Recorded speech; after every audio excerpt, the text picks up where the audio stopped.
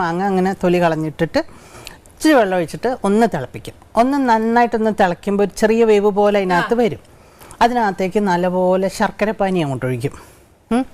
ശർക്കരപ്പാനിയും ഈ മാങ്ങയും കൂടി ഇങ്ങനെ വഴണ്ട പോലെ ഇങ്ങനെ വഴറ്റി ഇങ്ങനെ ഇടും.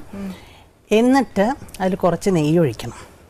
അപ്പോൾ ആ നെയ്യിൻ്റെ മണം അതിലോട്ട് അങ്ങോട്ട് പിടിക്കും, ഈ മാങ്ങയിലോട്ട്. ഇതിലേക്ക് വേണം നമ്മൾ കുറച്ച് തേങ്ങ, ഒരു പിടി തേങ്ങ, 4 മാങ്ങയുള്ളെങ്കിൽ ഒരു പിടി തേങ്ങ, കുറച്ച് തൈര്, കുറച്ച് മഞ്ഞൾപ്പൊടി, കുറച്ച് മുളക് പൊടി, ഇത്രയും മാത്രം. ചുമ്മാ ഉള്ളി ഇഞ്ചി ഒന്നും കൊണ്ടിടരുത്, ഇത്രയേ ഉള്ളൂ. കഴിഞ്ഞ കോമ്പിനേഷൻ. ഇത് നന്നായിട്ട് അരയ്ക്കുക, നന്നായിട്ട് വെണ്ണ പോലെ അരച്ചെടുക്കുക. ഈ മാമ്പഴത്തിൻ്റെ ഈ കുറുക്കി വെച്ചിട്ടില്ല അതിനകത്തോട്ട് ഒഴിക്കുക.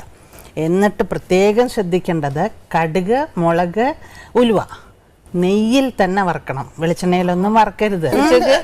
വെളിച്ചെണ്ണയിലൊക്കെ വറുത്ത് സാധാരണ പുളിശ്ശേരിയായി പോകും. കളം പോലെ ഇരിക്കണം, കുറുകിയ പോലെ ഇരിക്കും, പാത്രത്തിൽ ഇങ്ങനെ കുറുകിയ പോലെ.